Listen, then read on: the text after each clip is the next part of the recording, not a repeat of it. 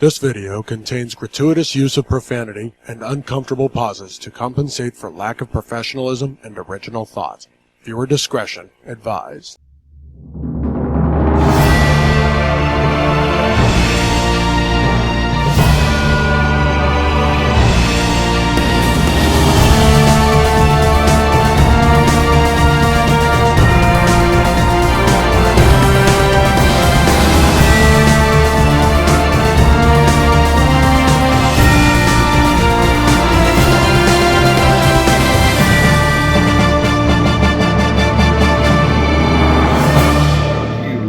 The Sorceress's Bird Bath. We bring you the Nerdy Manroom Show with your host, Hassel and Monster. Monster, you want to give everybody the news about this week? Yeah, so just so everybody's aware, we've got a little bit different show format this week. We actually had originally planned to have an interview with Mr. August Aguilar, and hopefully I didn't butcher his name because I am terrible with names sometimes, but he's from Strange Film Studios. They did a short film called Raven, and they've got several other short tales I saw as well. Unfortunately, just family commitments and stuff, he wasn't able to join us this week, so we're going to reschedule that with him. Looking out, I hesitate to give a date just yet, but we're hoping next couple to 3 weeks maybe we can get back with him and reschedule that. But we will have him on here at a different time. So for that, just as you realize as we go through today's show, it's going to be very random because we didn't really have a whole lot of backup plan for this week, but we're going to make it work somehow. But we'll always pull one out of our rear, but this was by our seat of our pantses because we were caught with the pants down today. Yeah. We've both been it's been a very busy week for both of us in our day job, so we just did not sit down and plan anything. Usually we have a backup plan. We really did not this time. It was just, hey, it happened that way.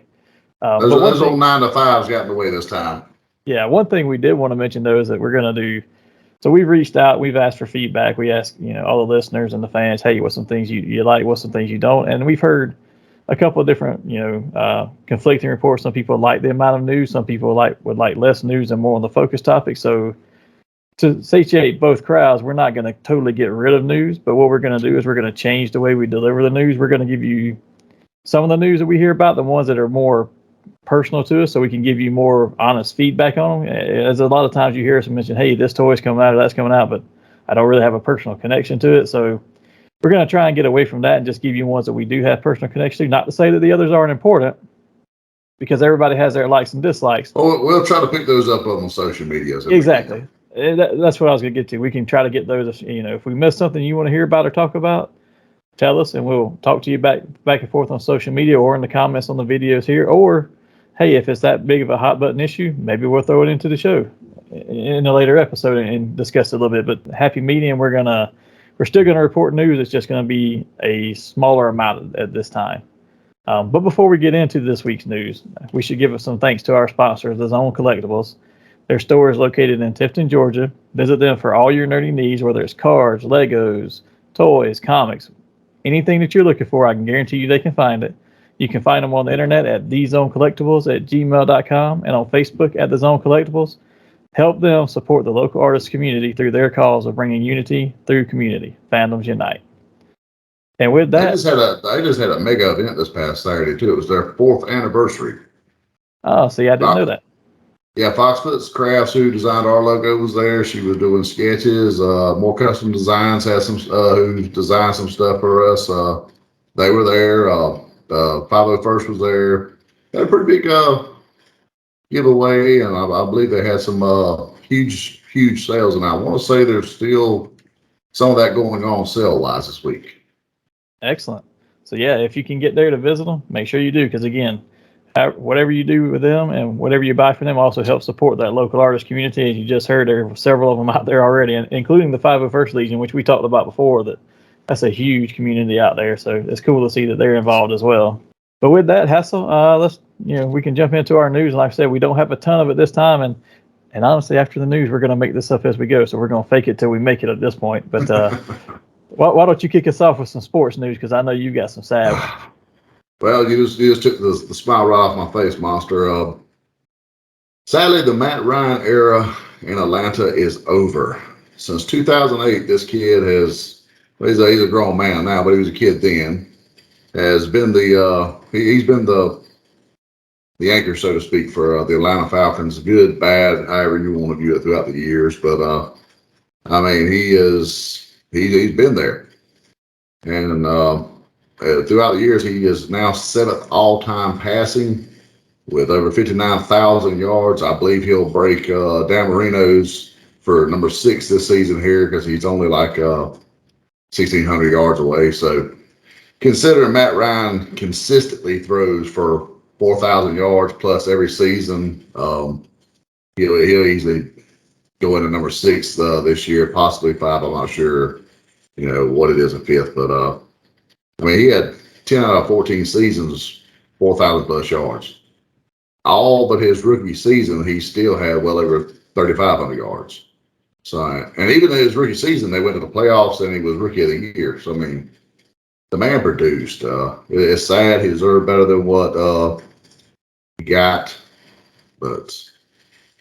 And I'm not saying he's not good or anything, but truthfully, with the team he had and where he was, and he's never, as much as he has done in the game and produced at a personal level, the team has not delivered at the same level. Oh, absolutely. And that's the thing. He's restructured his contract several times through the years to keep Julio Jones, get Todd Gurley, to, help keep other players or sign players that they thought the office thought were who he needed. When Freeman shook him down for money right after the Super Bowl, he restructured his contract for Freeman to get a big bump.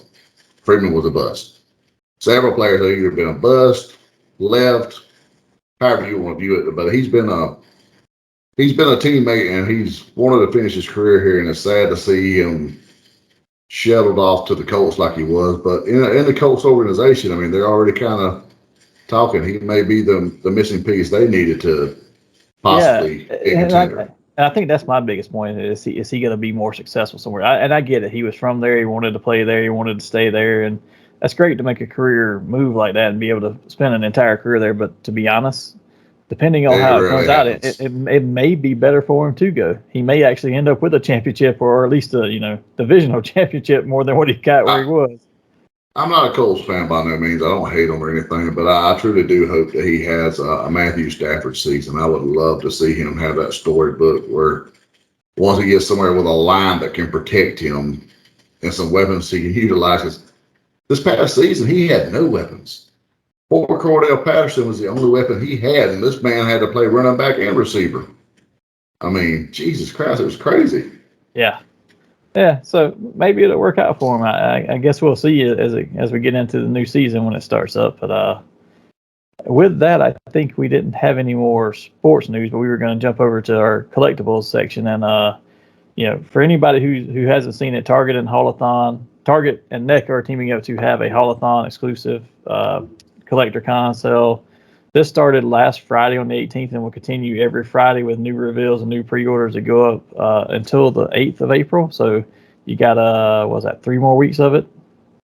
I didn't see a whole lot that jumped out at me in this first. I mean, they had some more Ninja Turtle stuff, but a lot of it was repaints or just there's an autograph card in there from, Kevin Eastman or someone like that. And those were really neat, but nothing that made me want to go in for it. Now, I will say, though, they do have one coming up, and I'm hoping it's this week. That's the Animated Turtles 4-pack. I do try and get that because I did miss out on getting them at 2 packs, and I'd like to get that now. But keep an eye out for that. And while we're talking NECA, they're a big part of this Haulathon with Target, but they've also got a few other exclusives that are coming out. Or not even exclusives, but sales that are coming out in other places as well. So I'm going to jump over to them. So we've got a lot of exclusives going up and a lot of collector conventions happening. But let's jump over to just the NECA, their regular stuff. They've got a Secret of the Ooze Ninja Turtles 4-pack. They went up for pre-order this week. Great too. Really great. I'm kind of impressed with that. I almost went in for that one, and it's the same price as the animated one. The only thing is I want the animated turtles, but that one's really neat looking. But they put that up this week, and they also put up their gargoyles from their Brooklyn from their gargoyles line this week. He was the one of the bunch. Him and Lexington were the ones that I just knew there's no way I'm buying these. And I'll be damned if they didn't somehow sell me on this figure because they done he like looks amazing. Yes, he looks great. I mean, they found a way to make him look menacing, and it's like, holy shit, this is why Goliath chose him to lead in his absence. But what's impressive is Goliath has that regal look about all of his posing, right? Yeah. Hudson had that grizzled old veteran type of look to him. But this Brooklyn, he has depending on what head sculpt, either the head sculpt you change out or how you position his mouth if it opens, whichever one it is, and I'd have to look at it and see what it is, but he looks either really cool and like the down to earth one, or the one that tries to be the cool guy, but he also looks very like almost menacing, scary in some of the shots too, where they changed his. Well, the one with the big white eyes looks, man, it looks fantastic, and Yes. the one with the mouth that maneuvers, it has the regular eyes, but Yeah, it has a and pair of shades you can put on. I was like, okay, Yeah, that's pretty the neat. one that caught me. Like the one with the shades on was really cool looking, but then you look at another picture and he had the white eyes and the mouth open. I was like, man, he looks actually kind of scary in comparison to what you expected of me. I was like, I like him, but I wish I had space for those. They're just so big with the wings and stuff. I just haven't been able to. It's crazy because in our area, I've seen them nowhere. I mean, I have them pre-ordered, but with the exception of the Goliath, I've got him, but I've seen them nowhere on any shelves. Dude, Anywhere. I see them everywhere here. But Best Buy and Target have them. They have slews on Thalog and Target. I saw they had like 6 or 8 of them. And Best Buy I went into this weekend, they've got like 5 of Goliath. And I've come very close to picking up. And I was like, you know what? If they would just knock them down on clearance, just even 10% off, I'd probably go in for it just because I said, hey, I got a deal. A lot of people are picking up Demona already. I've seen a lot of pictures of her on social media where there's a Goliath, not Goliath, Gargoyles fan page I follow on Facebook, and a lot of people are posting pictures of Demona. She looks really great too. Yeah. So with those, though, let's jump back over to some of the other exclusives we got coming out. Walmart's got their Collector Con that's kicked off. Actually, that kicks off later this week on the 24th. You're going to have drops at 7 a.m., 12 p.m., and 5 p.m. Pacific time. So make sure you adjust your clock because I know you and I don't live in Pacific time, so we got to figure out what time that actually is for us. I haven't seen everything they've announced. I know they've announced something from pretty much every Hasbro line out there. I saw some Star Wars vintage figures. We know the G.I. Joe, carded, retro, classifieds. I haven't seen anything for Transformers for them, but it's pretty interesting that they've got this going on, and they're going to have. They also went ahead and announced, hey, we're going to do additional events. Like last year, they started one of these in October around the same time as New York Comic Con. Coming up in this year, they're going to have this one now. In July, they're going to have another that times up with San Diego, and another sale in October that times up with New York Comic Con again. I'm wondering if going forward after this year, if they'll switch this March one back to February to time up with Toy Fair itself. I know this year they didn't plan to because they had already said it was going to be March, and they had already pulled out of Toy Fair within the first week or two of the year. They'd already determined they weren't going there.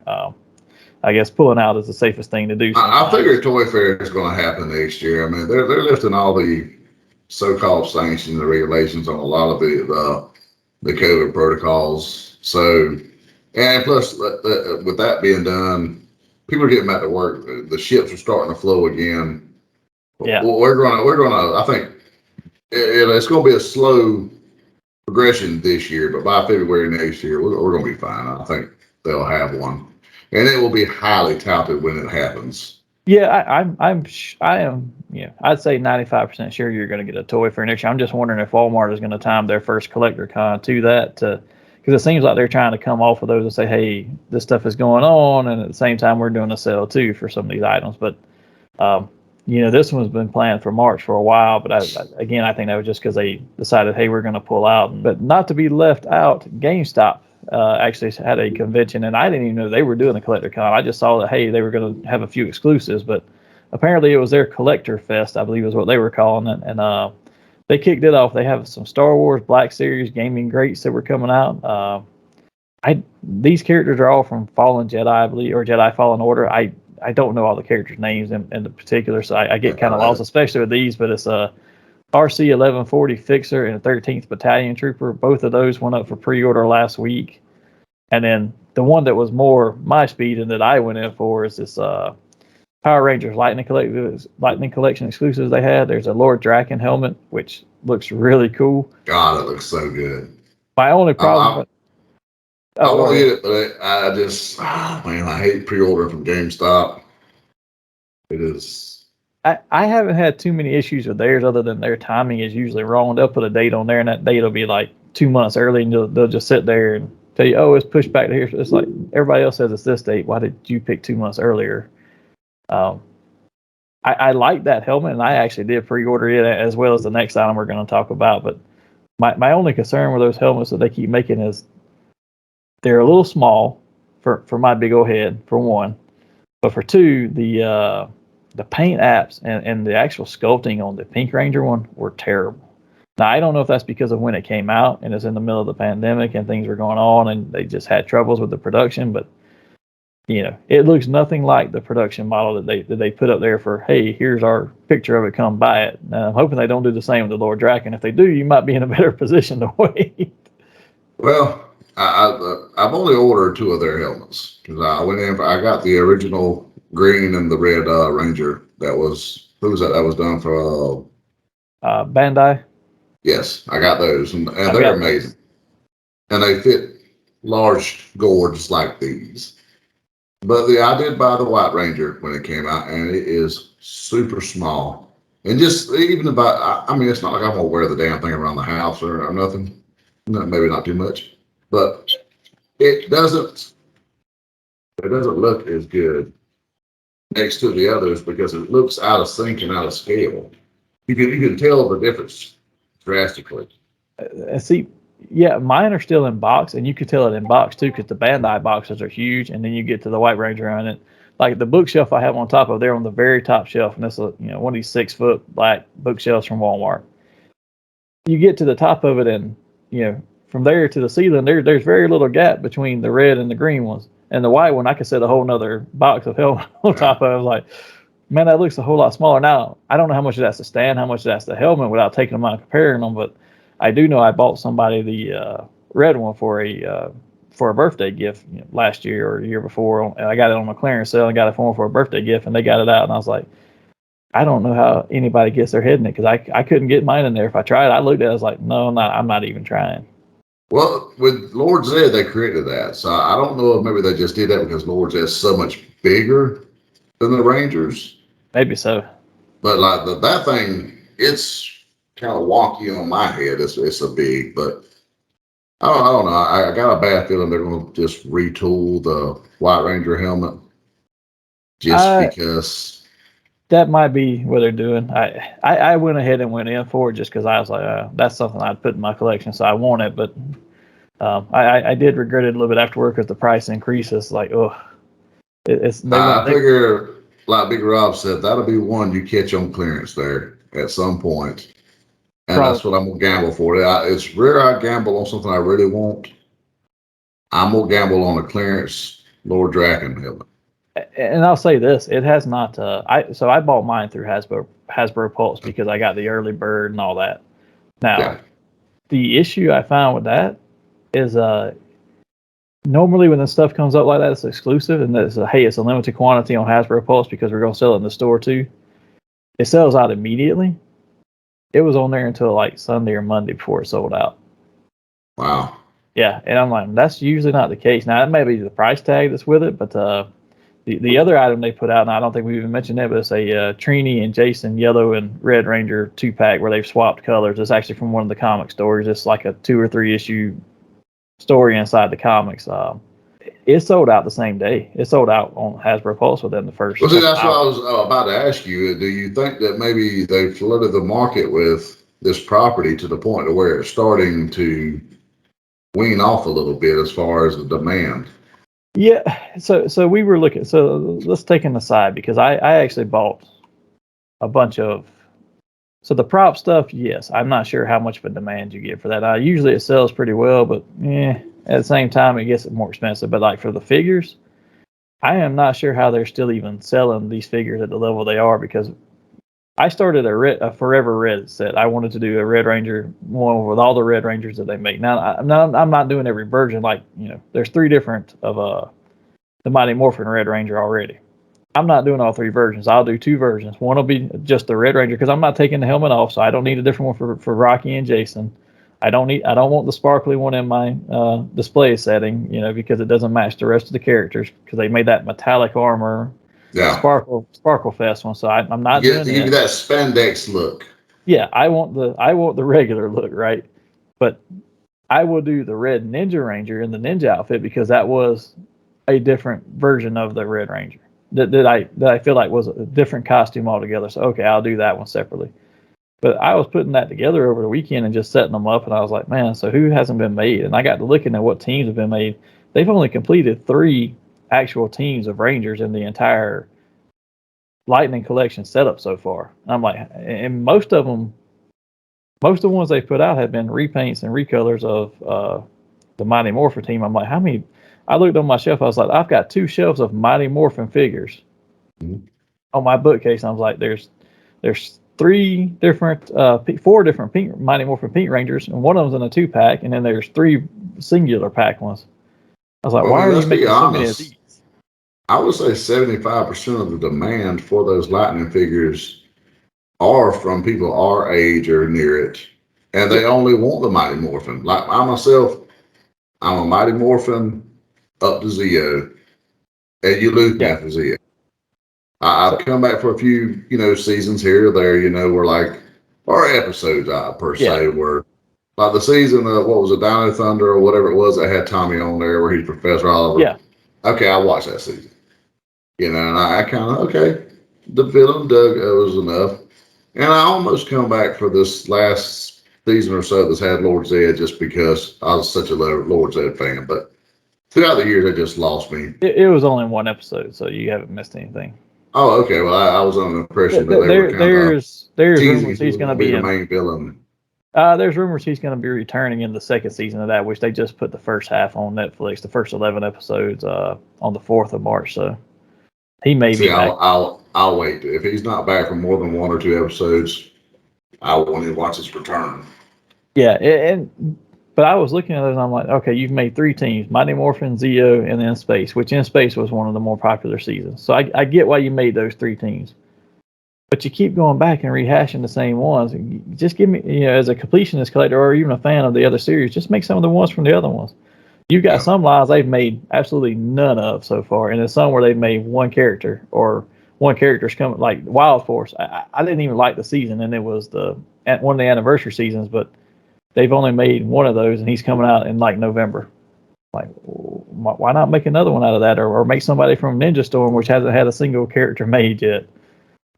But they just keep pushing the same ones over and over, and then they'll eventually reach out and like, oh, you had the red Lost Galaxy Ranger. Now we'll give you the blue one. The only difference is the head sculpt. Everything else on that body is the exact same. It's even the same paint scheme, just blue instead of red. They're one of the more, retoolable properties. They are. Oh, yeah. Once you produce a body of no matter what series it is, you just do heads after that. Yeah, but they're not even doing that. They just keep wandering off into something else, and then they never come back and finish. Like when they first started Lightning Collection, the show that was on TV at the time was at Beast Morphers, and they haven't even finished that team. It's like they made 1 in every wave up until that was stopped airing, and they're like, move on. We'll never finish that set because. See, that would have probably been the better strategy, was instead of flooding us out with the Mighty Morphin, which everyone wanted, and even the Zeo. Spread those out, 1 per whatever wave you want to do. Because you have so many different waves you could do of the various teams. Why not have 3 or 4 of those and then 1 legacy character per, wave or whatever? And it's going to make the demand be there. Yeah, and they did that, with the Mighty Morphin. It was like one a wave, and then they started 2 a wave, and they got finished pretty quickly. But then it was like, let's rehash them. I was like, well, if you'd have just done 1 every time, we'd have been better off to begin with. Yeah. But oh well. So I'll stop beating that dead horse, and we can move on to to the other dead horse, and let's go to Amazon. And they had an exclusive come out this week, which was a Marvel Legends pack. It was Doc Ock and Silk, a 2-pack. And the Doc Ock, it looked like, was the exact same other than the head. I think it's a wholly new head sculpt with the body and all. Yeah, it's a totally different head sculpt, and the paint's a little different. It's it'll be a little darker than the last one. I mean, it's still the green and orange, but it is a different tone. Yeah, and he looked really good. The only thing I didn't like is I heard that it's the same tentacles that they had on the last one, and they're not posable. That whatever position they're in is how they stay. They don't have like a. I don't know why you wouldn't just do those with a bendable wire inside and be able to reposition them, but they haven't. Yeah, well, I mean, I didn't open my the other one, so I'm not sure. I will probably open this one though, because that I do like the head sculpt. It edges out a little better on full. I like it a little better. Yeah, and I think the silk is an entirely new sculpt. They said that's actually on the new pinless bodies and stuff that they have now. So that's not the same silk that was released. I think it was an exclusive last time too, but it went in a fan vote winner or something. The first one that was done. Something like that. I don't know. She came out by herself, but I forget what it was. It was an exclusive of some sort. Yeah. But while we're on Marvel Legends, we also today got and we got notified of this one on the 20th, which is it's 20 years, every 20th anniversary, every 20th of the month, you'll get a reveal. The reveal this time was the animated VHS tape style packaging Jean Grey from the X-Men, the animated series, and I saw the casing on the 20th, which was Sunday, but then it actually went up for pre-order today, I believe, right? Yeah. Yeah, and she looks really cool, and I like the hair. Now, if you want to be cartoon accurate, the ponytail was the only way I remember her wearing her hair in the show anytime she was in the suit. Now, when she was out of the suit, her hair was down, and you got both head sculpts. I like that. When I seen that today, because it came over, I was like, she didn't wear her hair down in the show. Only when she was out of costume. Anytime out of costume, it was down. In costume, it was always pulled back and pulled through the headpiece like a ponytail. In the books, that was her look, but yeah. I guess it's a way to draw both sides in, but yeah, I thought it looked really cool. I like the down hair head sculpt better personally, but if I'm doing an animation accurate, because it's the cell shaded animation, you got to put the head with the ponytail on, which it looked okay for the hair and the headpiece, but something in the face was just off. I don't know what it was, but something about the face was like, it just didn't match it. It's like, that's not Jean, but I don't know who it's supposed to be. I don't know, man. In the show, she had there were times where her appearance would be off, and her voice never fit her to me.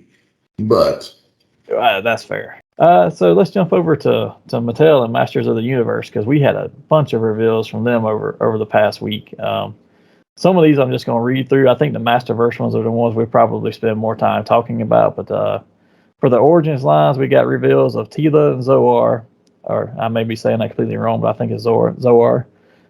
They're up for pre-order now on Big Bad Toy Store and Entertainment Earth as exclusives. But then we saw reveals of Mantana, 2000 Skeletor, a Grizzlor, a Leech, Snout Spout, which may be the one that I have to break down and buy because he's one of my favorite characters. They do have a vehicle, which is the Roton, which that's the little black one with the spinning saw blade looking piece. Saw blade looking pieces on there. Cool. Yeah.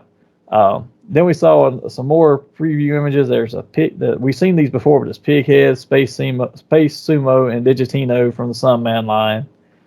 Then we actually got to see King Randor, the 2000s He-Man, and Tila in her sorceress costume. I don't really buy any of the Origins ones, but I still think they look cool. I've almost broke down them a couple times when they go on sale for like $8 to $12, and I'm like, but I'm up to that upscale size now. I like the master versions because they're that larger size, and they're actually even larger than the 6-inch. I think they're actually 7-inch total, if I'm not mistaken on those. And some of those that they have coming out look really great. Oh yeah. So let's share those reveals. The CGI Skeletor, which is the Skeletor from the current animated show, and that looks terrible. It's a DS award winner. You will also see the CGI He-Man listed in there too, and that's another one that's as we call him in my household, that's He-Man who skipped leg day, because he's got these tiny little legs and this huge upper body. But then we've got we've got Hordak from She-Ra, Catra. I will be getting Hordak. That one looks really good. Yeah. Beastman from the I believe this Beastman this time is supposed to be from the Master Revelations TV show. There's a new Jitsu. I've also seen a Battle Armor He-Man, and he's got a brand new head sculpt, and it's a brand new body mold too, because he's actually got full armor. But this head sculpt's like a little older, and he's growing a beard. Yeah. And then you got Hero from the original Masters of the Universe mini comics, and then some man who actually looked much, much better in this form. And they finally got it right. I mean, it took them to get it right. If it was fine, if they had set this out as the release a few weeks ago, we'd have never had a whole episode. Yeah.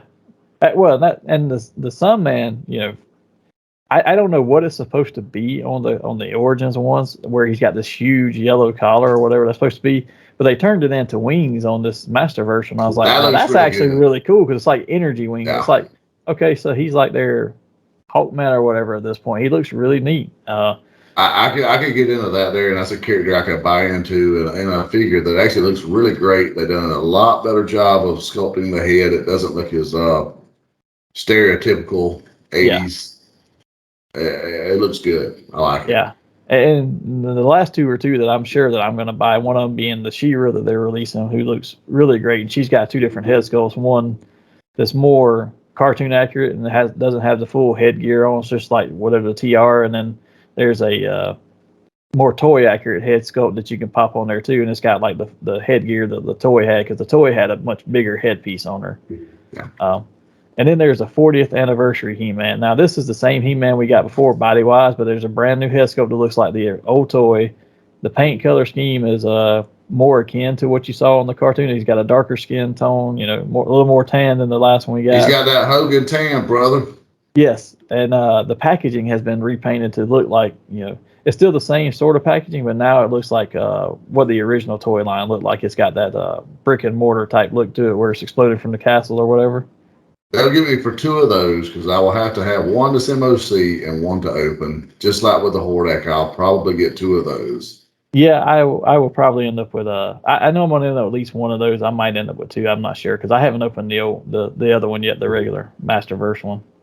But those look really cool coming out. And then let's swap over to another 80s property that's coming out with a new toy. And I know you're up for this one because you've already told me you went in for it. But the ramen toy is Monstar from Silverhawks. It looks so good the other day with that. They produced that picture. Man, it looks. And they got me because they done the 1-2 punch on me. Because social media, they put the pictures up and they were looking great. And I was like, ooh, and I had about a good 24 hours of stew on them before they put it up for sale. And it was like just quick enough to like bait snatch. It got me.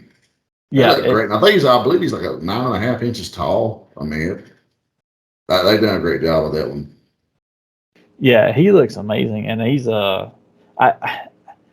I think he looks cool. And I'm not enough into that realistic style look that they're giving him from Ramen Toys to go in for him or the Quicksilver. But for something that's a little bit different than what Super 7 is producing, it's a really nice piece. The price tag's a little up there for me because I think it's like $120, right? And it comes out in August. Is it August of this year or is it next year? It's actually August. We will get them before we get the Super 7 ones. Probably. Which, speaking of Super 7, since you brought them up, we do know that the Thundercats Ultimates Wave 2 and 4 have made it to the States, and they're starting to leak out their warehouse slowly. So hopefully they'll get to Big Bad and to me pretty soon. But while we're on them, they did have some new pre-orders go up in the past couple weeks. So last week they had Godzilla Ultimates Wave 1. There's a Godzilla, and I don't know how you're supposed to pronounce this. It's the plant monster he fights, Biolante, or whatever it is. I don't even really remember I've never that seen one. that. I seen that figure the other day. I've never seen a rose-headed monster with teeth except for Power Rangers.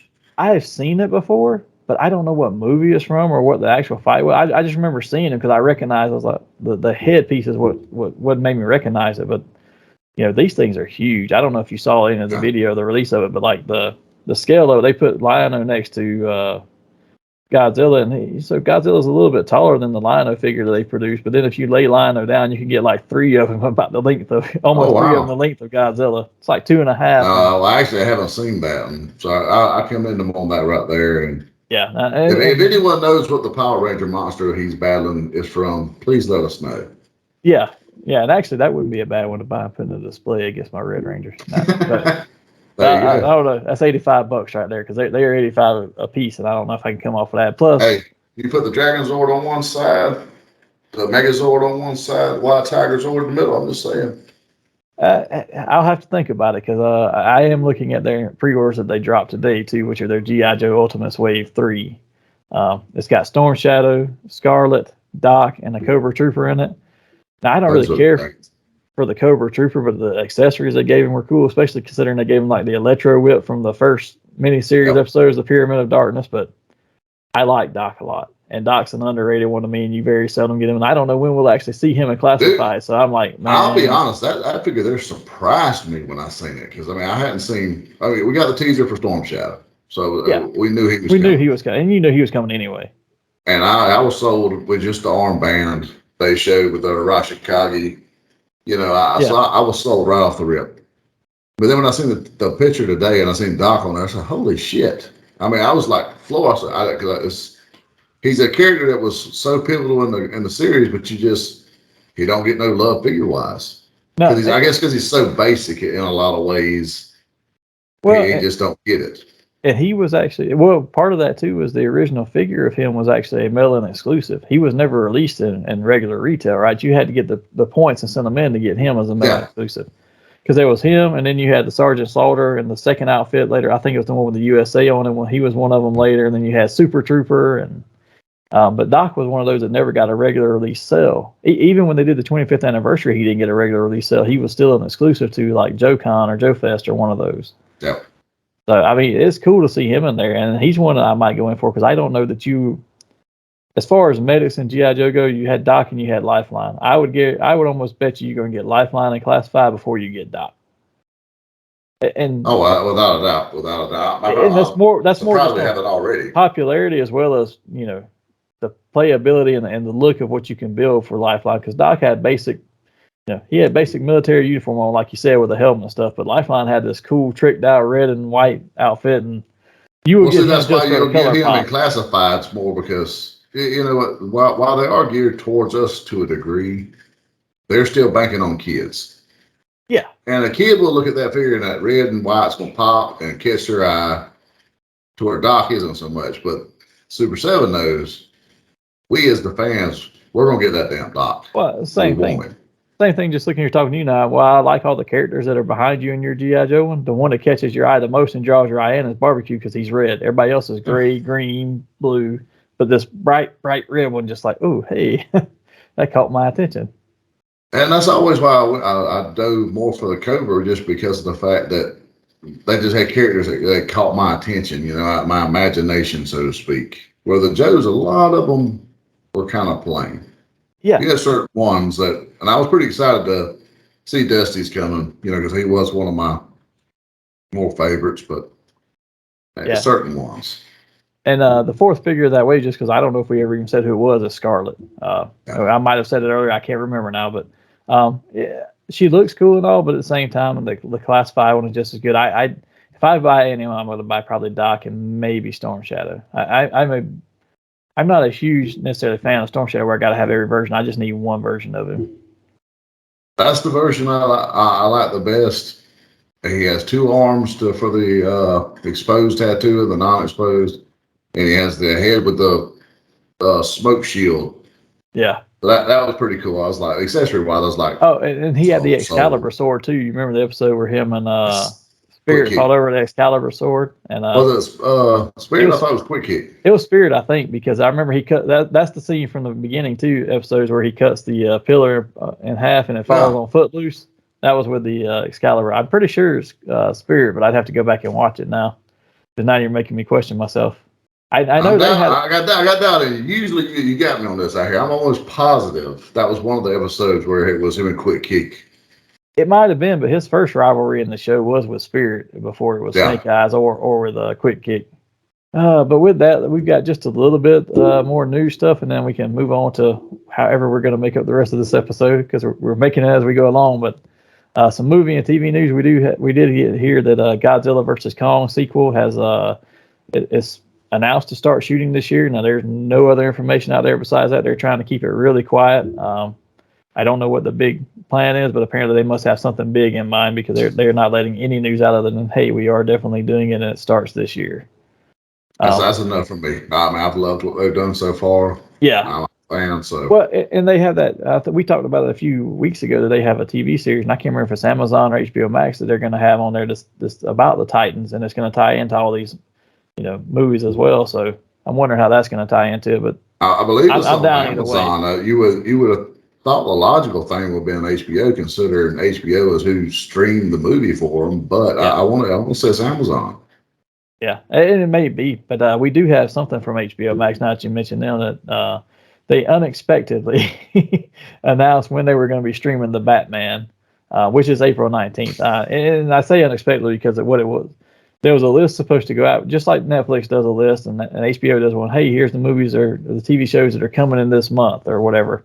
So they released it for the month of March, and they didn't cut the list off for the April stuff that had Batman. It was supposed to be taken off the list to be kept on the DL supposedly, but it was never taken off the list before it was shared. So, uh, if that's really true or not, we'll see. But that will be on there on April 19th, so you'll get to actually watch it then, Hassel.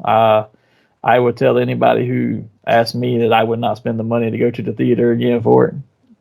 Yeah, I will say I've never seen a Batman movie as divided as this one there, because I've talked to various comic fans, and I'm talking about actual comic book fans. Yeah. And people either love it or hate it. There's no in between there. No, well, it was just odd. No, you either, like a lot of, oh man, I loved ABC. And if you talk to another fan, like, I hated ABC. Yeah. So I mean, there's a huge divide between us. I'm kind of anxious to watch it. I mean, but I'm not anxious enough to go pay. Yeah, I mean, I was willing to wait to June. So to hear April, I said, that's fine for me. For me, it was one of those where as a standalone movie, it was a good crime noir type drama. But the more you watch it, the more you try to say this is a Batman movie, you realize this ain't a dang Batman movie. And I've heard a lot of people say, just like you said, that there's certain things that's great. Like these people were great in these roles. The guy who played the Riddler did a great serial killer job, but he wasn't the Riddler. Yeah. And Colin Farrell playing Penguin was great. He was a great Penguin. That characterization was fine. But everybody's like, hey, the Batman. This one's showing that he was a detective. None of the others ever talk about him being a detective. Yeah, it did that up until about the third act, and you realize, he's really not that good of a detective. He ain't figure out shit. The villain told him what was going on. He pretty much walked through it really every good bit as of Batman and terrible as Bruce Wayne. Oh, you mean emo Bruce Wayne? He walks You're around not my hunched daddy, over. Bruce. He walks around hunched over, won't talk to anybody. He's not a playboy. I was like, this is not Bruce Wayne. No. Bruce Wayne puts on a facade for a reason, and this one is not doing Not that. even year 2 Bruce Wayne, which is what this is supposed to be modeled after. Yeah, which is fine for some of the fighting and stuff. I'm like, okay, he's not as great a fighter as he's going to turn out to be. But when you get into the story of like, hey, he's supposed to be this great detective, and that's what he's building his rep on, and he only figures out half of what he's supposed to, and then it's basically put dead in front of him. You didn't figure out this part. Then he starts, well, here's the next part of the story. Let me figure that out. But he was told. He didn't figure anything out. But I'm going to stop hating on him so we can move on. But we got just a couple of things for video game news. So let me share this game, and then I know you've got a shout out to some of our friends who we want to make sure we get out there. But Ghostbusters Spirit Unleashed, they dropped a trailer for this video game today. I don't know if you've seen it. I haven't had a chance to watch the trailer, but I read a little bit of the synopsis. So it's actually a 4 versus 1 player game. It's made by Epic Games, who makes Fortnite, or at least they're providing some of the gameplay engine for it. It's coming out in fourth quarter of this year for PS4 and 5, Xbox Series X and S, and the Xbox One, and it's going to be on PC. But the interesting thing is you can play as either a Ghostbuster, and you work with you can work solo or with 3 other characters, and try to save the citizens of New York from all these horrible ghosts, or you can be the ghost and torment the Ghostbusters and the citizens of New York and try to avoid getting busted by the Ghostbusters. I am going to be the ghost. Yeah, I was going to say, I know what you're going to play as, but that was actually pretty cool. I was like, hey, that's actually a different way of looking at it, because I played the last Ghostbusters game, and it was fun, but it was hard as crap to control. Like, how you had to catch the ghosts and stuff was terrible. All right, while we're on our gaming section of this right here, we'll give a shout out to a couple of our friends of the show, and they got Twitch channels, and the first one is Hutchie-san, and we have a graphic to put up, so when we butcher both their names, they can at least, you can still see it. And the next one is Anxious Advocate TTV. Really great gamers, really skilled players. Check them out. They're really entertaining, both of them. You'll get a kick out of both of them, and show them a little love. They show us love each week, so we want to give some back. as we said at the top of the show, we really didn't have backup plans set up for this week, which was on us because usually we do. But I think we've got a couple of things we wanted to delve into because Hassel has some stuff he wanted to unbox for us, and knowing us, that's going to lead us to talk about other things as well. But Hassel, did you have some figures there that you wanted to open? Because you try to get me to open some, but unfortunately, all of mine are still sitting in my pile of loot or my roller stash at the Chosen Prime, so I have nothing on hand to open new. Well, I actually got a loot not long ago. So I have a few things, and then you were gracious enough. You shipped me a figure, so I've got 3 right here in my pile. I have the retro card Hobgoblin, which looks great. We'll get into that. You said NECA. You haven't had any NECAs yet. No, we were talking about this earlier. I actually don't own any NECA figures, and I want those animated turtles because they're accurate to the animation. But I've always heard horror stories of don't open any NECA figures. But I'm an inbox collector anyway, so I'm not gonna know. I'm not gonna know anyhow. But I'll hit pros and cons when we get into this bad boy here because I have 90% of my NECAs are unopened, but I've got a few that are open, and we'll open this one. And lastly. Let me reference what I said to you. That it's not horror stories about how the figures are. It's horror stories about their manipulating them and their posability and their joints are pretty bad from what I hear. Again, I don't own any, so I'm going off what I hear. And lastly, the other day to be a little love with this Ultimate Kane that came in the mail today, courtesy of Monster and G Money Entertainment. So yeah, we'll kick this off and get these bad boys going. I'm gonna start with the NECA. All right, cool. I was not going to open this figure originally. However, this is the figure with the Ultimate Nightmare Demons. And those who watch the movie, you know, there's 3 werewolf demons that bust up in a house, shoot up David's family, and, you know, sets up a pretty cool scene. Upon it arriving, I open. His head's at his damn feet. There's 3 other heads that come with this figure right here, but the 4th Dream Demon, his head is literally at his damn feet.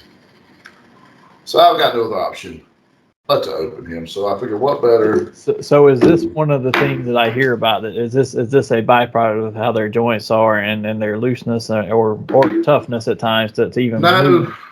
This is the first one I've ever had with this sort of issue. I'm honestly thinking it's just because they designed it for the head to come on and off fairly easily for the fans to, you know, change out the heads, necks, and so forth and so on. So I'm thinking maybe they're not as, this particular figure is not as snug as it typically would be. Yeah, on purpose. And even that head movement is that's not.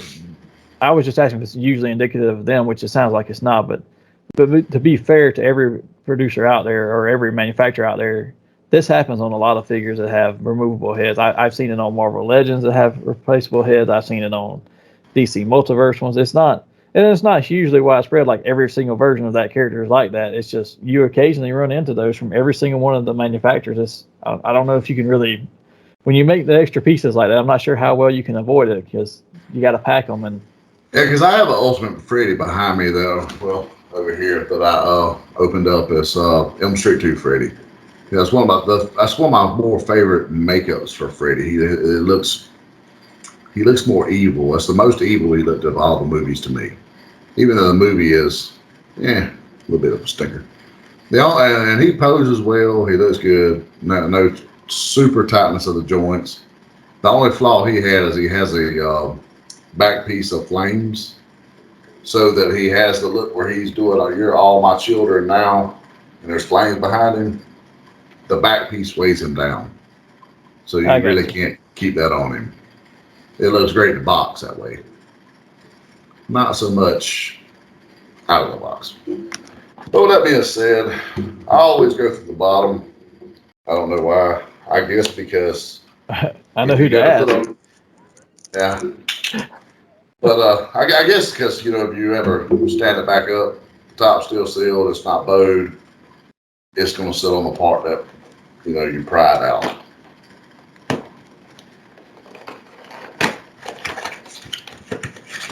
Let's see what we got here.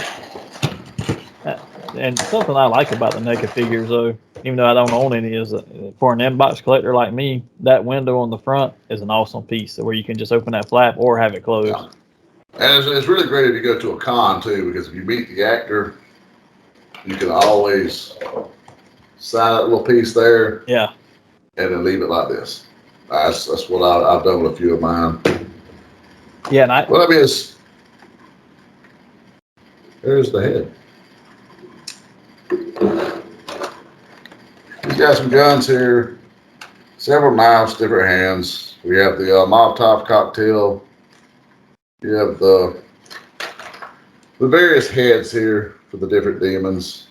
I really like the wolf head there.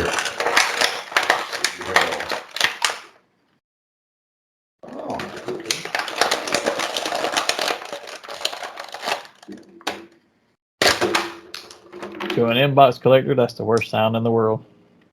That means, yeah, there's no going back to MOC at this point. So with that being said, even though I will put him back in the box and display him that way, I'm going to put the head that I want on him the most, so that when I open the little window, he looks the way I want him. And that is the way we put it.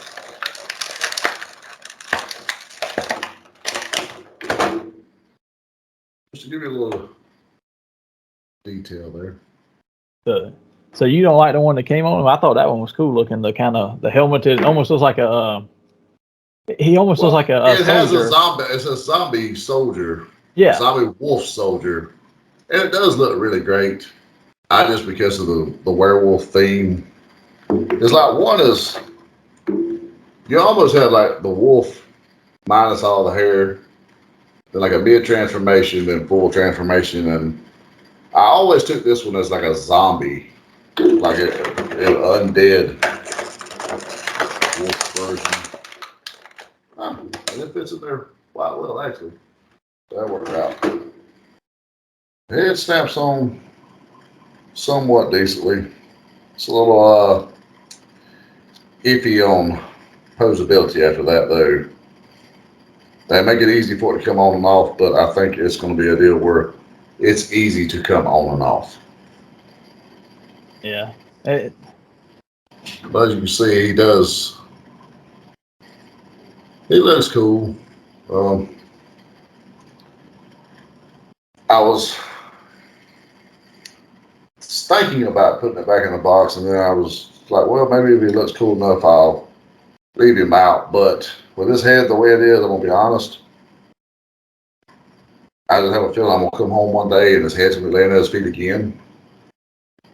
So I'm going to put him back in the box the same way. But he does have a lot of really cool detail, a lot of cool accessories.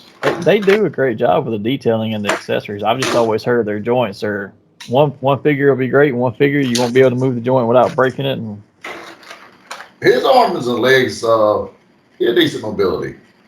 The head is what it is. The way it snaps on, and they made it, I guess, easily to come on and off.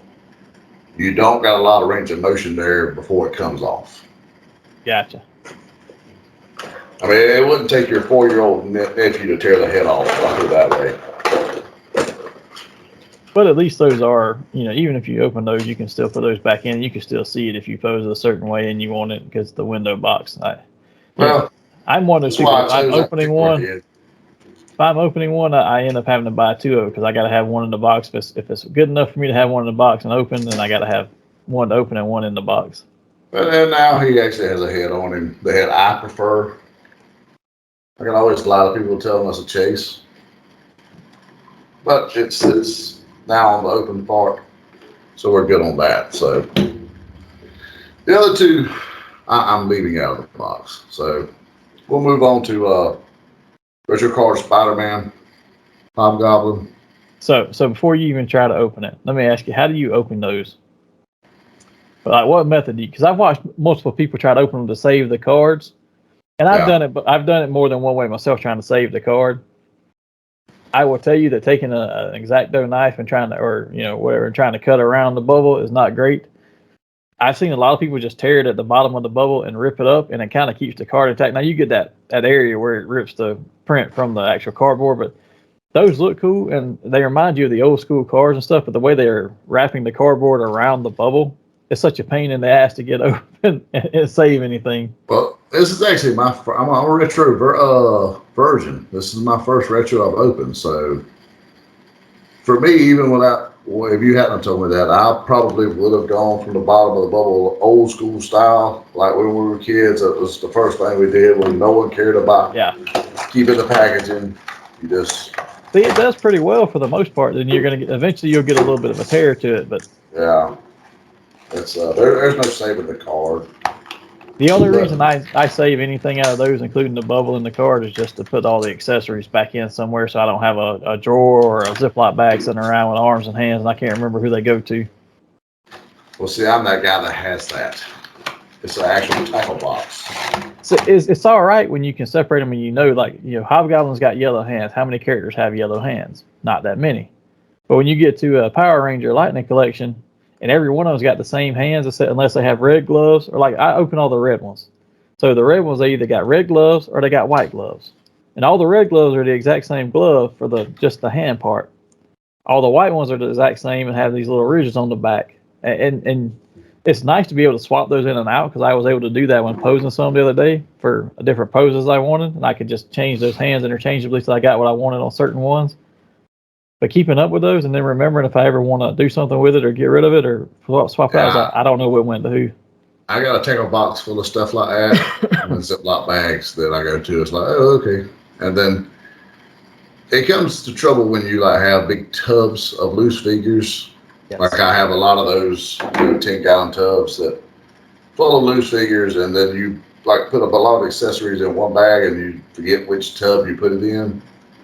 That's the problem with that. But as you can see, there's not a lot of salvaging. No.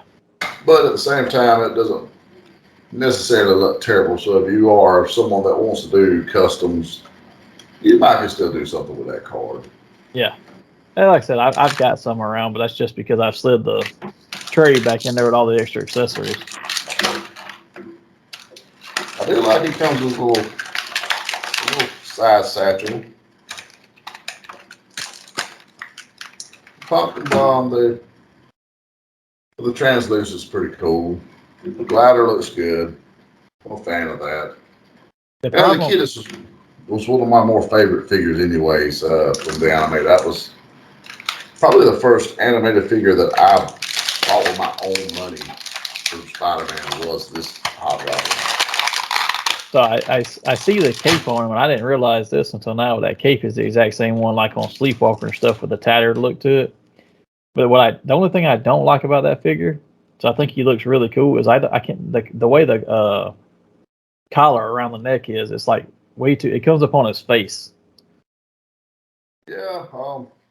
At least when he's in the package. I don't know how he is now that you've got him out, but I'm glancing at him. This cape is the exact same cape that is on the regular Hobgoblin, because I have that one. And glancing at him, for the most part, he is the same figure with a little less detail. Like, the head sculpt is exactly the same, but they didn't go into some of the lining that you get on the Hobgoblin with the regular version. See, now that you got him out of the package, though, the collar looks better on him now. But in the package, it comes up like his little head's covering half of his mouth. And they did a really good job on the back. The little piece that, comes off the little hood here. They did a good job with that. I think the body is the same body they use for Green Goblin. Because the Hobgoblin, the actual Hobgoblin figure, you can tell there's a little bit of difference in his body. This body is the exact body I think they used for the animated Green Goblin that we got first. And they just took the head and cape off Hobgoblin and lined it up, so to speak. Hard to tell, but it looks like it's the Bucky Cat mold anyway. For the majority of the body, short of the hands and feet. Yeah. This is supposed to be the tail of the tape. I mean, how easy is it to get this this glider going. So we can tilt the feet. That's good. Well, I think it's going to be one that you can, once you get him where you want him, you kind of leave him.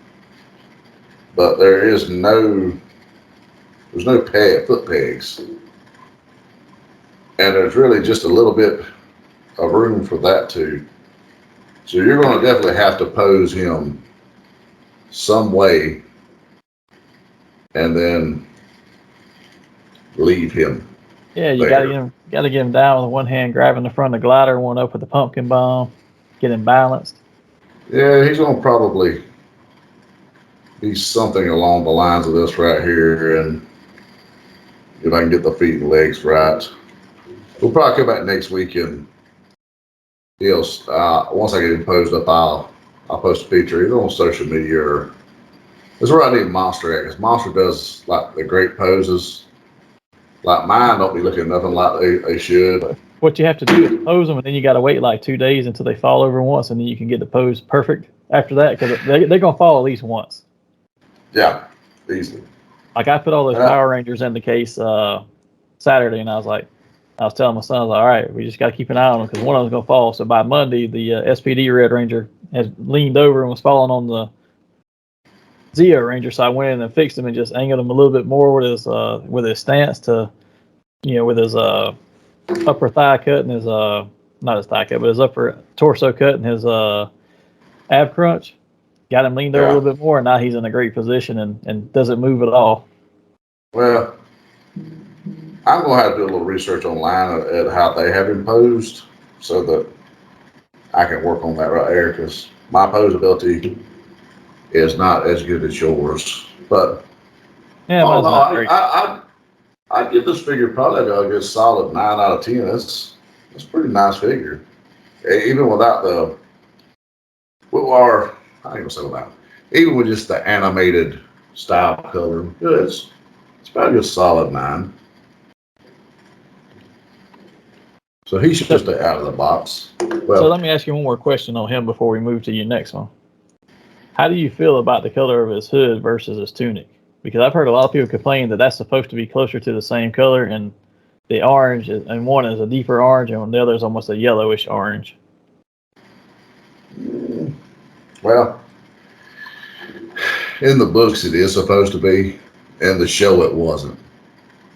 So I'm fine with it. It's in the show he had a very light color throughout there, and I guess it's what set him apart. Actually, his hood was probably a little lighter than that in the show. So I don't know.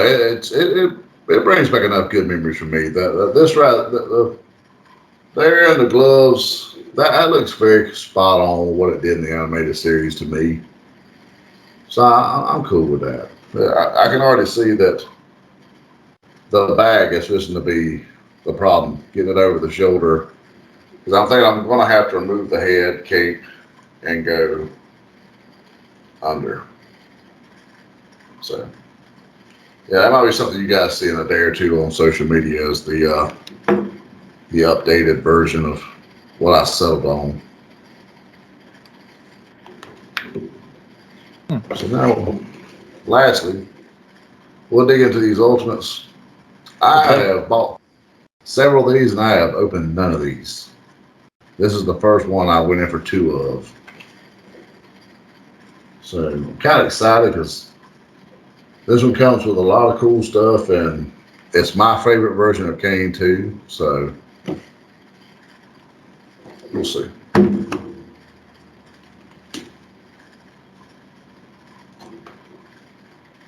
Yeah, I haven't actually picked up any of those, but that's one thing I've never gotten into. As much as I love it, I've never gotten into collecting the wrestling figures, just because I was like, that's one more collector, one that I got to go through, and I got to stop somewhere. I've always been into collecting them. I mean, you know me well enough to know that. When the Ultimate line first started, I didn't expect them to take off like they did. It was like, because to begin with, it's like the first few Ultimates were probably the $40 to $45 price range. So they were a good bit more than what an elite was, and I didn't see a big enough difference other than an extra set of arms or something like this, or a jacket for some of the first ones. Yeah, there wasn't enough there for me to justify an extra $25 for this figure. However, now they're a little more reasonably priced because they're about $29, and that's pretty fair, reasonable because they come with a lot of cool stuff. The value, if you go back and try to buy those first few, because I somehow missed out on Bret Hart and WCW Warrior. They were two that I just wanted, really bad wanted. And I didn't order them pre-order because of how expensive they were. And I was like, well, I'll probably find them at Walmart. No. I've seen some Ultimates at Walmart, but nothing. I've seen some Nakamura's and some Bray Whites. Nothing that just. None you wanted. Nothing that just craves. It looks like, for the most part, they make these to be opening without tearing up. So it's got a little. Is it a long piece of tape missed? Yes, it did. The elusive enemy of the collector. Yeah, I thought I'd actually plotted this one out, but as you can see, they got a little design to kind of be opened, so that's not bad. So you can actually save the box on these. You can actually box it back in if you wanted to, so that's pretty sweet. If you ever decide to sell them, that's probably the way to go with it. Now that he's out, you got the WWF title, the cape that he wore for his first few dark matches before he ever made his television debut. You got closed hands on him, open hands for both, the alternate head, and the illustrious. So that's pretty cool. So have you seen while you're digging him out, have you seen where he's announced to be at WrestleMania this year? Actually, I haven't. Yeah, everybody expected him to be there for Hall of Fame, but apparently he's staying through the whole WrestleMania weekend, and people keep bringing up that he's going to be there, and then he and Taker may, how they usually have the Hall of Fame inductees come out and do something, that he and Taker may do choke slam somebody together or something along those lines. Well, that'd be pretty cool, and then get the heat off of him on some of his political comments he's made of late. I've seen a few of those too, but yeah, it's so I get it for where his market is. It's what it is. I will say, okay, some of the joints are a little looser than they should be. furniture Arms seem, arms seem okay. The feet right there, super loose. I don't know, maybe it's just on mine. Yeah, that'll be a pain when you're trying to pose them. I always hear people, and I don't know that I've ever actually done it. They always tell you take almost like a fingernail painting brush and do like some furniture polish on the joints, and it'll stiffen them up some. Really? Yeah, it basically adds a clear coat to the plastic piece in there. Now over time it'll grind away if you repose them a lot, but if you're just trying to get them in one pose and then you put some polish on there, it'll actually hold them in place for a bit. Furniture polish, not fingernail polish. He's actually a pretty good looking figure. Got a great deal of detail. They didn't just decal some stuff on some places. Pretty good tooling there. I don't know how much I'll get of changing things out on him. Maybe the hands. I'm not sure about the head. Let's take this old cape out while we got it. Fully cloth. Oh yeah, baby. Oh yes. Now, I'm gonna knock him on this right here because while it does look cool, okay, I'm assuming that's Velcro. You're gonna have to take the head off. I can already see this. Yeah, because the Velcro is so minuscule there. Yeah, so like that's you have to pop the head off, put that on, and put the head back on him. That's a little bit of a letdown there. I was able to kind of go around to be less troublesome, so to speak. I get that, but with his head and with his hair and stuff, I can kind of understand it too. I mean, he's got quite a mane there. The WWF Championship looks pretty good. They do a good job with those little belts, but I need a life size one. I happen to have one.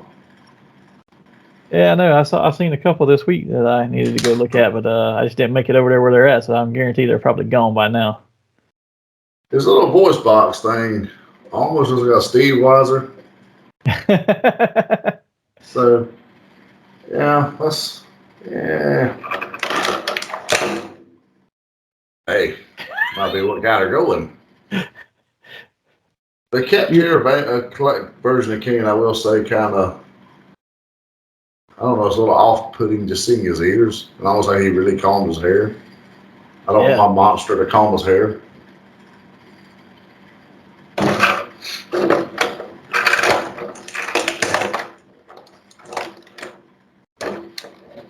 So you would lose the fuck out of his hands. So I will go ahead and tell you, not only will you lose them, I feel like those will probably get bent really, really easy. And I know I'm going to change them, possibly. Are they hinged, or is that just a straight post? Oh, no. Post is not hinged? Okay. Yeah, so they just twist in, but you know how it is when you try to put those in, they start turning. If you bend that post, you throw the whole damn thing away. But I've had that happen on a few, but I'll probably give that a good solid 10. They did a good job on that. So, well, we're going back to a 9 because these damn toes. That's going to be the bane of trying to pose him as those. Yeah, because I just setting him back down, he's already doing that as you set him. So, Yeah, that's something that sometimes I look at some of my Marvel Legends and I'm like, well, I wish they had that because I'm trying to pose them. I'd like to get them in a kneeling pose and have the toes like that. But at the same time, I'm like, I think I'd rather have more of this ankle rocker, and having both of them at the same time is usually a recipe for disaster. I will say, now that I know you can open this box and it go completely back like this right here, I may actually go back and open some of my other ultimates, because I have seen where they hold value open and loose pretty much the damn same. But yeah, I've seen where they hold the value pretty well, whether they're loose or still MOC. So I don't know. I may actually go back and open a few more of mine. There's a few I've kind of hesitated to buy a set one of, and seeing as these boxes do actually hold up pretty well, actually. It's almost like designed for that. I didn't think they did. I thought they just opened up and like they don't look, when you pick them up in the store, they don't look like they open like that. Yeah. Well, it's actually got a pretty good binder here on the side here. I mean, it has a little inscription here. So apparently, everybody knows you're going to open them. So, well, they are designed to be open. It's just there's just strange people like me out there who don't like to open stuff. Yeah, we're gonna get you out of that phobia monster. I open certain things. Like when my Transformers come in, I open them. But that's because I got to mess with the engineering and see how they work.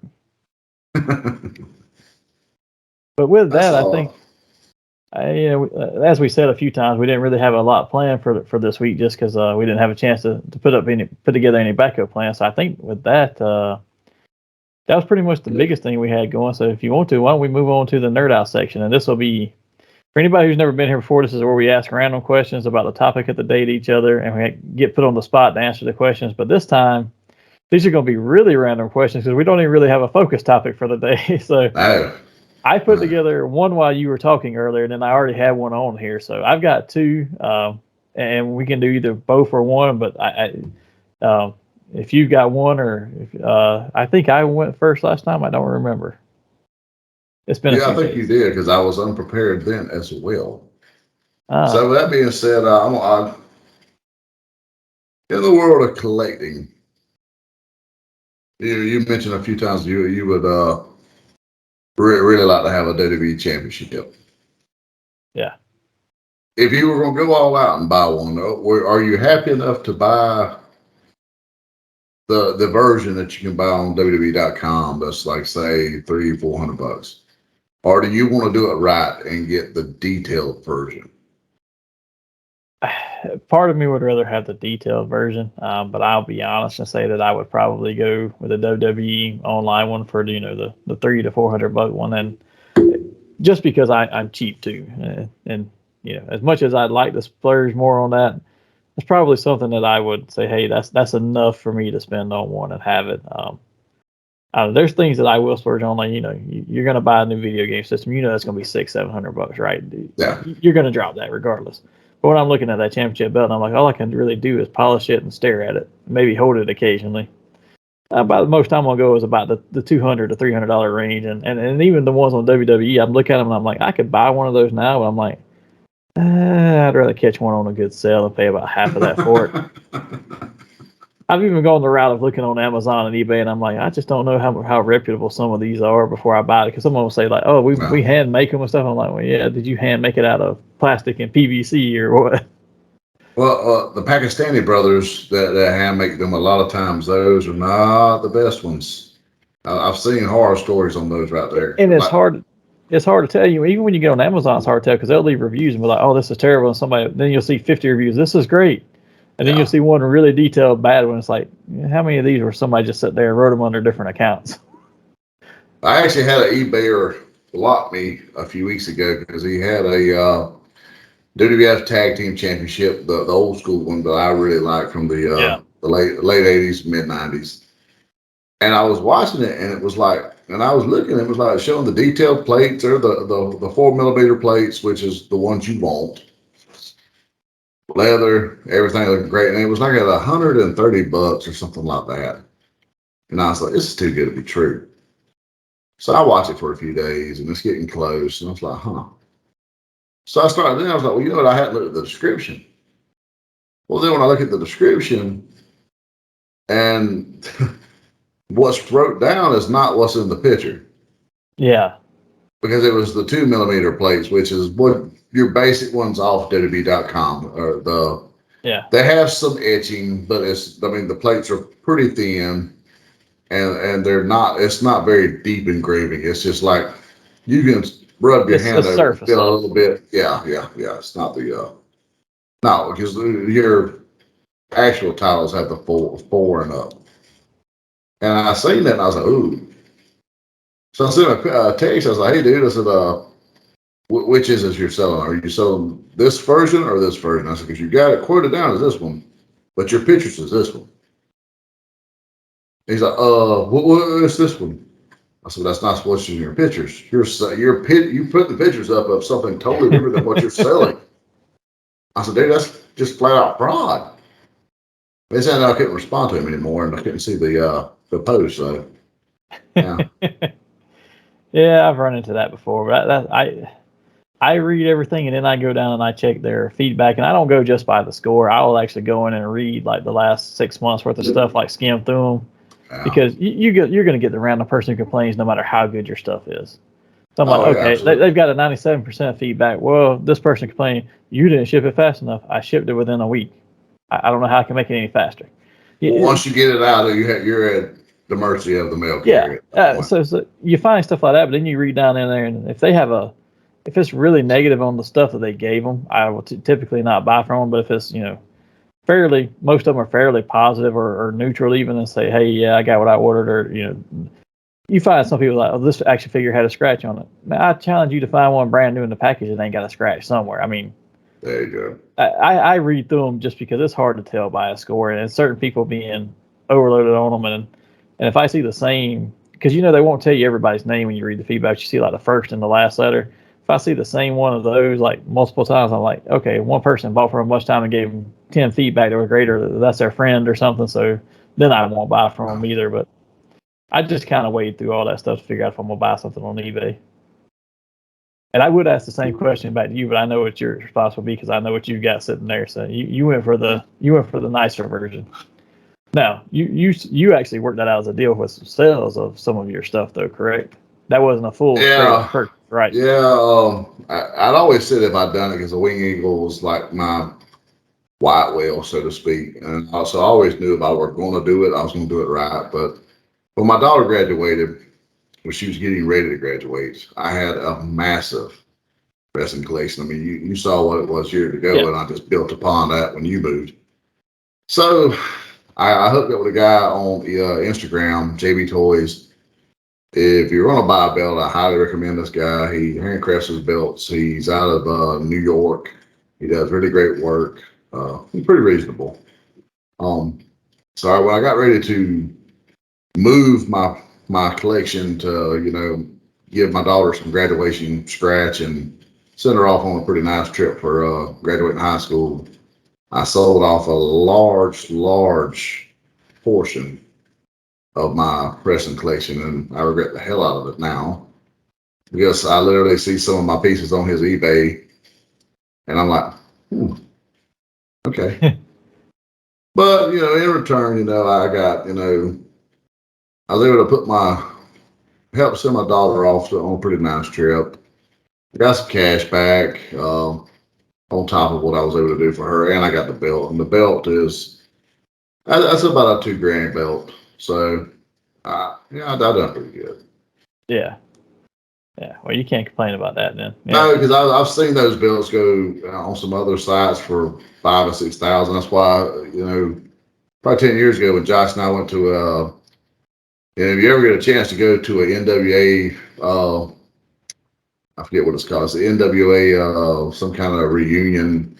They do it every year up in Charlotte, North Carolina. It's really awesome to go to. There's so many great legends show up there. But there were people walking around with like 2 and 3 of these titles that were easily $5, $6K a piece. And I'm just like, how in the hell are you affording this? What do you do for a living?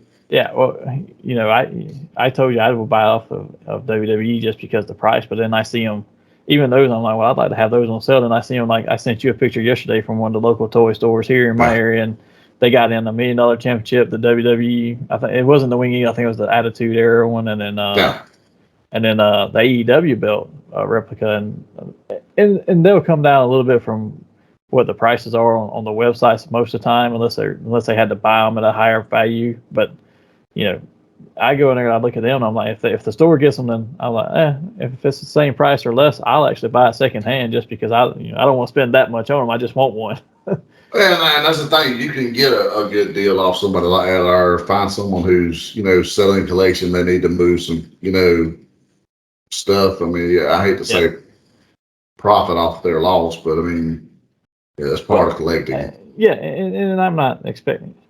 And I'm not expecting to buy something for half the price of what it originally came for, unless you beat it up and and it's you're like, hey, I just need to get rid of it. It's not in great shape or whatever. It's not mint. But I also don't like the flip side of that. Like I've gone to some toy conventions in this area, and there's a couple of them that are really big wrestling fans because this tri-state area I'm in is a huge wrestling area.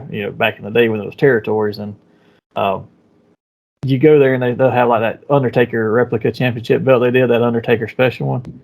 The guys want like $600, where I was like, no, I could go buy it for $500 brand new on their website and get it 30% off. Why would I give you more than what I would give the website for when it's that exact same one that even has that bag for it? I'm like, no. And they're trying to do the reverse. That's the downside of, I guess, retailers trying to sell things. Because I mean, I guess maybe your average Joe don't have it where they can or think to go on the website and buy it, so they had just stroll across and say, oh, my grandbaby would like this, instead of knowing how can you buy this with the grandbaby a lot cheaper. Yeah. So, well, with that, I will pose one of my questions to you, and I am going to go completely different from what we even talked about anything on the show today, just to make it even more random and interesting. Name your top 5 starships. Ooh. Yeah, my other one related to collecting, so I said, I'll go completely left field on this one. It took me a while to come up with answers, and that was on the spot. Okay. These are in no particular order, by the way. Okay, that's fair. Because I don't want nobody saying, well, you put this above that now.